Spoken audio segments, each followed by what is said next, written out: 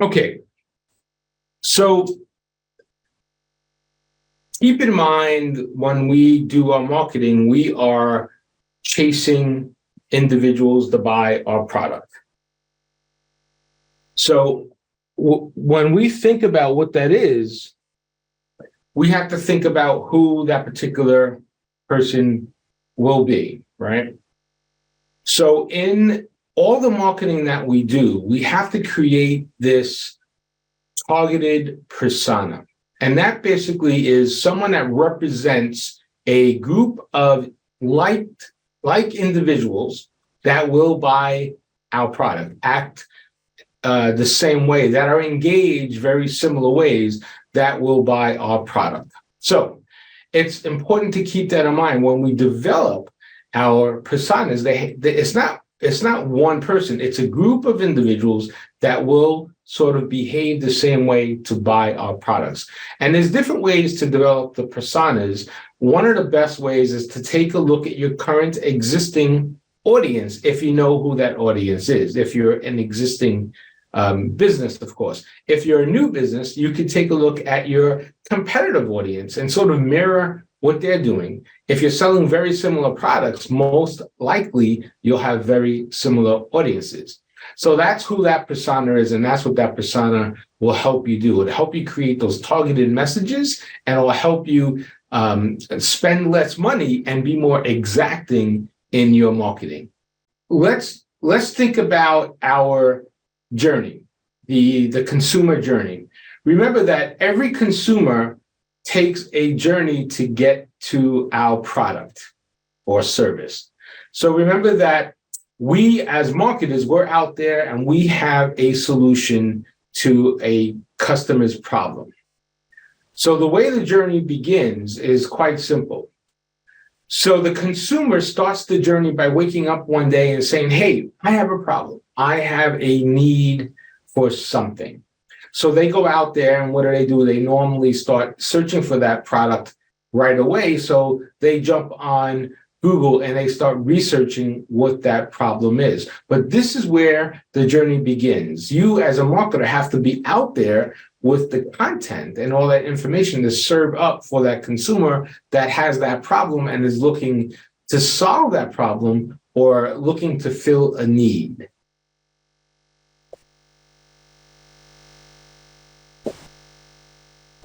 So we have to understand the customer. So when we think about this, we have to understand the customer on what they buy, why they buy it, when they buy it. And generally speaking, the idea here is that we as individuals want to go from one position to another. That's why we're looking to solve a problem or we're looking to buy something.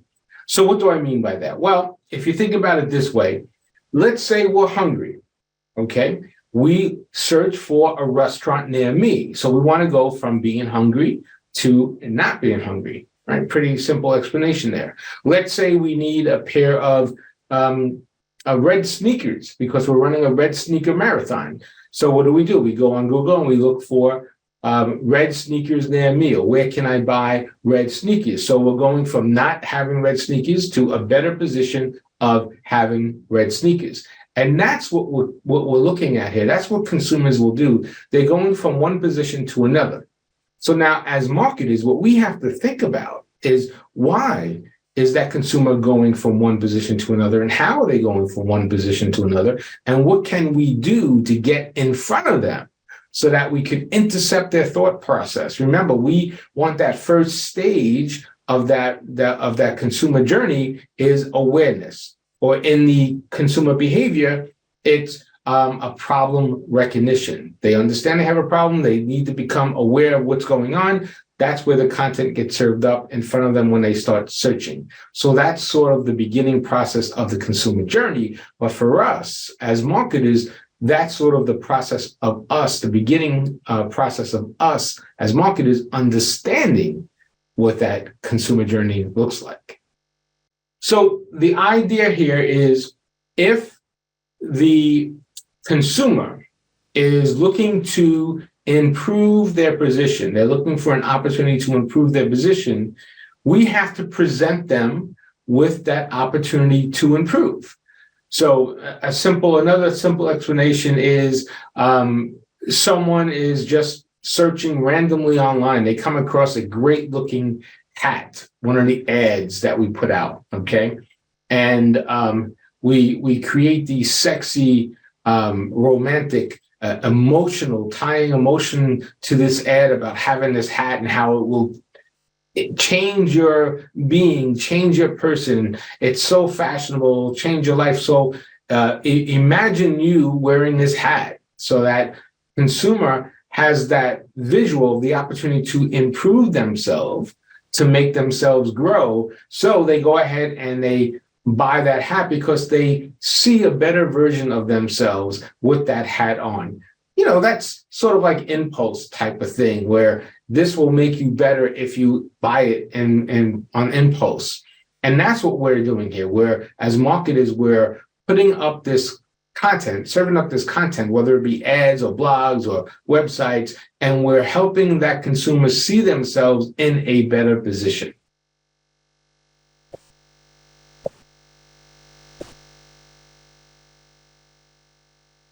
So what is a persona? Well, a persona is a fictional character. It's based on your current or maybe even future ideal customer. It's created by segmenting your goals and your products and your complete target market. So the best way to think about the segmentation here is, let's say you have a product that you can sell to all women between the ages of 45 and 55, or all women between the ages of 45 and 55 in the United States. Okay, that's your top target. Okay. Then your next target below is all women between the ages of 45 and 55 in the United States, and you split them up, the professional women and the work-at-home mom, let's say. And now under the work-at-home mom, you'll have all women between the ages of 45 and 55 in the United States that are work-at-home moms with kids or without kids, as an example. So those two lower segments are really what you could build your persona around. So a woman who's 45 to 55, who lives in the US without kids, would be persona A. And now you learn more about them and you start understanding what their likes and dislikes are, what their pain points are, and how you can build up that persona so that you could start marketing to them. So that's sort of the basic way to get down to your persona levels. So why do we need personas then? Well, personas help us uncover the various ways that our targeted customers will buy and use our products. Remember, we are building that relationship. And to build a relationship, you have to get close to someone. So you have to understand who they are. You have to come to appreciate them. Think about a romantic relationship you might have. You have to understand that person. You know their ins and outs, their likes and dislikes, and there are some similarities between the two and some differences between the two. So you have to understand that, and you know what type of food they prefer, what type of movies they like to see, what type of vacations they like to go on. So in that relationship, you're becoming more understanding of who that other person is in the relationship. Well, as marketers, we have to do the same thing. We have to be able to create this understanding of one-to-one personalization. Because what I want to do is be able to market to you directly. So, Professor Ken, hey, you like digital marketing just like I like digital marketing. Well, here's a great digital marketing offer just for you. Simple, but that's a one-to-one personalization where we can connect. So that it allows us to not only create the targets of our marketing, but also set the tone and the style of the content. So understanding who that target is, who that persona is, will help you create a lot of this information. So let's talk about how we could build a persona. So now we know what a persona is. It's an individual based on a collection of understandings that we get. Remember, we're building that relationship. So how do we start to build it? Well, the first place to start to build a persona is to collect data, all kinds of data. And when we talk about data, we're talking about primary and secondary data. So primary data would be your customer list, current customers, future customers, things of that nature. Secondary data might be things that you get online from lists and understandings or even competitive ideas. Okay, so we have to look at all this different data and start pulling all this information in. Then we have to take that data and apply it to a particular persona. So Professor Ken likes baseball, is a digital marketer, is a professional, a college graduate, is married with kids. So you see, we have this data now that we're attaching to that persona of Professor Ken. Now remember, my one persona, Professor Ken, doesn't just represent me as an individual, it represents an entire group of like-minded Professor Kens. Okay, keep that in mind here. So now we have to build this persona, my likes, my dislikes, who I am, what I do, why I do it. All these connections and these psychographics are really important to think about when we're building that persona. And then we have to map out that consumer journey. Remember, the consumer journey starts with first, I have a problem, I have a need that I need to fix. Then it goes into awareness and consideration, conversion, retention, and then brand advocacy. So what is that consumer journey? How do I get from not knowing what your product is or not knowing how you will solve my problem to actually solving my problem? So what is the journey that I take? Then we have to define those persona goals. What are my goals? How do I see my consumer buying the product, using the product, telling other people about the product, getting exciting about the product, things of that nature. And we have to define those motivations and frustrations that we could have in the persona's mind, in the person's mind. So we are basically putting ourselves in that persona's shoe. Okay. Remember, walk a mile in someone's shoe and you'll understand all the things that they've gone through. Well, if we build this relationship, we have to do the same thing. We have to think like that consumer. But on top of that, we have to be more predictive of what they'll do, the behavior. Now, there is science that goes behind all this, and the analytics are pretty amazing. In fact, way back when, we didn't have all these psychographic connections. We had more demographic type stuff. But now we know what you like, what you don't like. We know your family makeup based on what you're doing online and social media. We know the devices that you have, the movies that you watch. And we can see all these things based on the information that we collect. And that's how we build a persona. So now let's look at some of the basic questions we need to ask to build this persona out. Think of it as 4 buckets, really, and we'll break down these buckets one by one. The first bucket will be the typical demographic data, the demographic information you need to collect. That's things like age and occupation, income, marital status, HHI, which is household income, the location, where you live, the geography, your profession, your education. That's all demographic data. It sort of makes up the complexion of the individual that you are.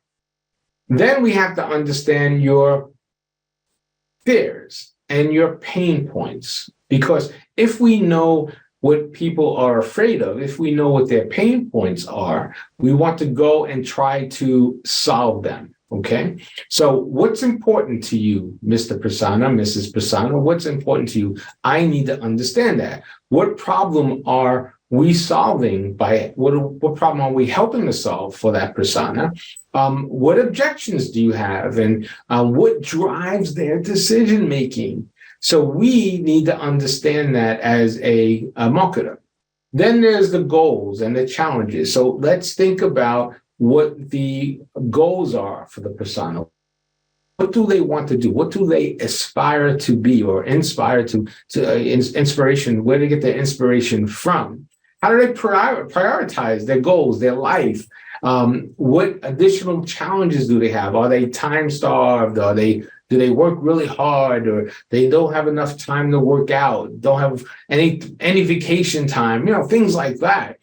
And how can how can our product help you with those goals? So if you're time starved, Professor Ken, well, I have a great tool for you that will help you create your digital marketing. It'll take care of your digital marketing and it'll free up your time to do other things.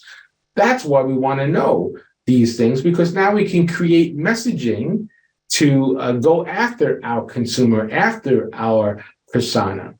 And then what do they value? What's so important to them that they value? Do they value family over professionalism, right? Or work over love, or baseball over football, things like that. What do they value? What drives them to do what they do? The motivations, that's what we're looking for. And then lastly, where are they? And not only where are they from a geographic position, but where are they in terms of how they get information online? Like, what social media do they look at? Are they on Facebook, Instagram, TikTok? Where are they in the online universe? How do they communicate? Do they like text, email, WhatsApp? How do they communicate back and forth? What groups are they in? What social groups are they part of on Facebook? What social media do they use? Do they like? Do they don't like? How do they spend their day? Do they spend their day working? Do they spend their day exercising? Do they spend their day taking care of kids? So where are they, not only in a physical location, but also in a time and space opportunity? Let's understand that. So when we collect all this information, the demographic data, the goals, the challenges, where they are, and their fears and pain points, we're able to create a nice profile of a persona that we could market to. Any questions there?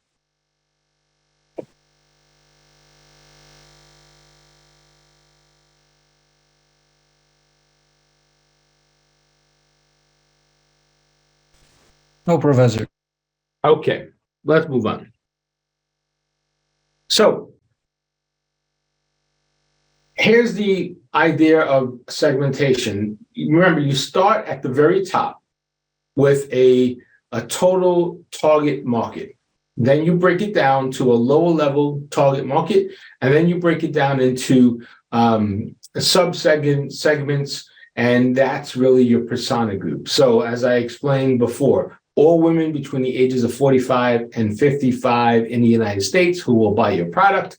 And then you break it down to all women who are the ages of 45 to 55 in the United States, who work for a living, or professional rather, and who are working moms. So now let's focus on all the women that are professional. Are they college graduates, or are they not college graduates? Do they have children, or do they not have children? You could break that down different ways. So once we get down to that third level, now we can build that persona up. I always suggest that you have no more than 4 personas. I've seen up to 6. You want to manage that though, because it's easy to say that I can market to everybody, but then by definition, if you're marketing to everyone, you are what we call a mass marketer. And in today's online world, you don't want to be a mass marketer. You want to be a finite niche marketer. Remember, there's an expression, riches are in the niches. That means, if you're focused, you're going to make money and you'll have a nice target audience. So that's why you have to break this down and segment your market. So that's why segmentation is really important in developing our first persona. So let's look at an example of why we break it down and why do we need to have 2 different personas. And I always try to understand it by, again, putting myself in that individual's shoes. So here's a great illustration of the messaging and the control of the messaging that we can have. Let's say I own a cake shop, and here in Miami, in Florida, I have a cake shop, and it's Professor Ken's Cake Shop.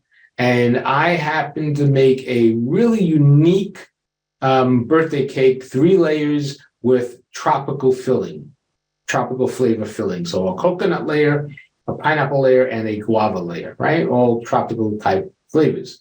Not typical, but tropical, let's say. And that's what I specialize in. I'm known all throughout Miami. I have a good Facebook following. I have a good website. I don't deliver across the country. I'm very local because it's a very delicate cake, and I haven't learned how to freeze it yet so I can ship it across the US. So that means I have to sell my product within a certain geography of my shop. Maybe the most is 60 miles that someone would drive to me, and that's stretching it. More than likely, it's probably less than 10. Okay.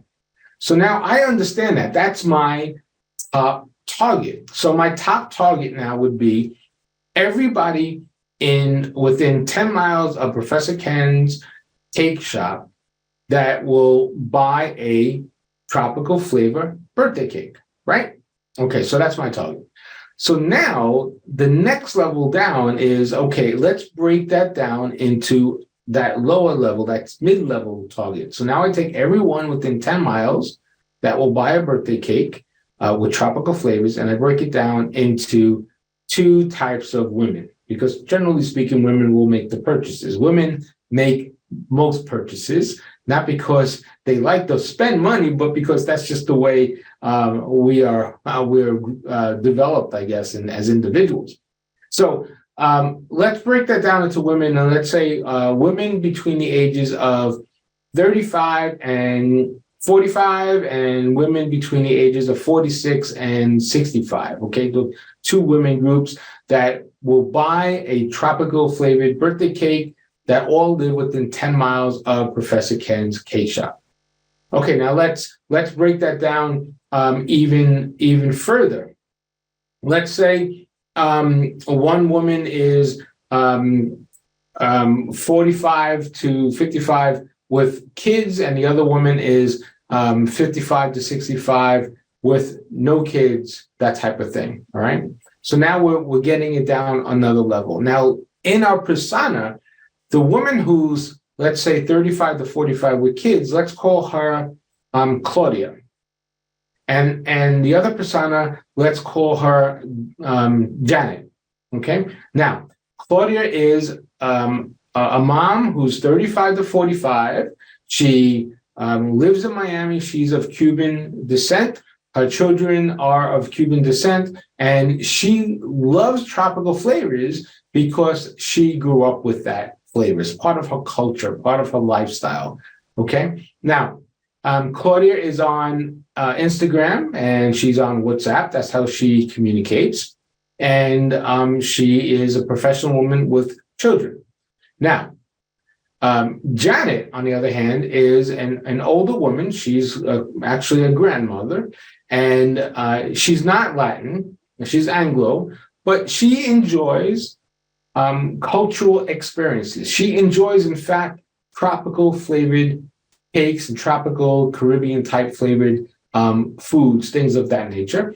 And she has grandchildren.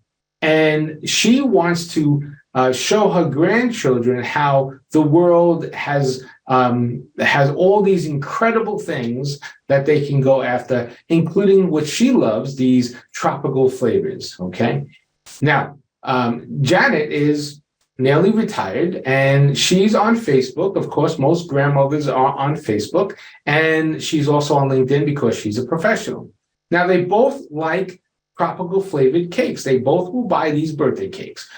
Claudia would buy it for her kids because it's part of her cultural upbringing, and she wants to pass along those flavors to her kids. And Janet will buy it because it's not part of a cultural upbringing, but part of who she is as an individual that she wants to influence and transfer on to her grandchildren. Okay, so now we get the idea of who these individuals are, these 2 separate personas. Now, I want you to close your eyes here just for a second and imagine this type of an ad that we put out. Imagine a picnic table, one of those industrial type steel picnic tables that you would find in a park.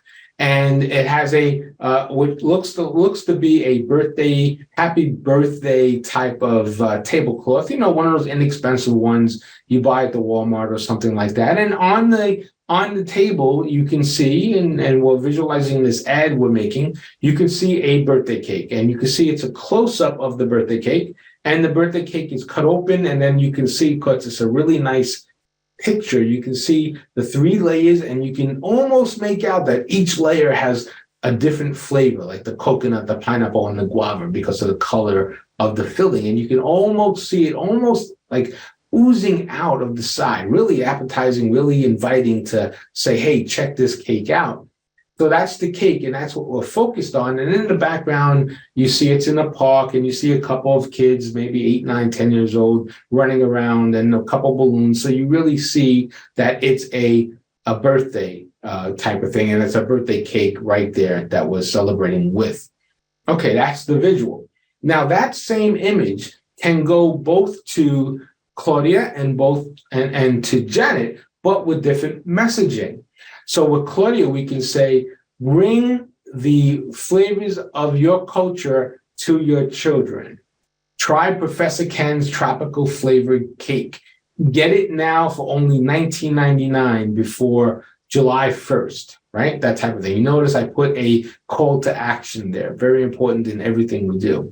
Now, so that's one message that we send. Now we can take that same image and send it out to Janet and say, share the flavors of the tropics, or the flavors of the Caribbean, or share Professor Ken's tropical flavored 3-layer cake with everyone in your family on your next birthday celebration, something like that. Buy this cake before July 1st to get a special $5 discount, something along those lines, right? So now you can see it's the same cake with different messaging. Why? Because both Claudia and Janet have different motivations. And that's why we build these personas. What does this persona look like? Well, we have to create a persona profile. Let's call it a persona grid. And a simple breakdown of it would be a place where you can list the background, a place where you can list the demographics, a place where you can list the goals, a place where you can list challenges, a place that you can list the common objections, a place that you can put in how they interact with digital media, and a place that you can list their hobbies and interests, and then a place that you can perhaps create an image and even put a paragraph in, a little paragraph about that individual. Now, let me explain to you what that looks like and break that down a little bit. So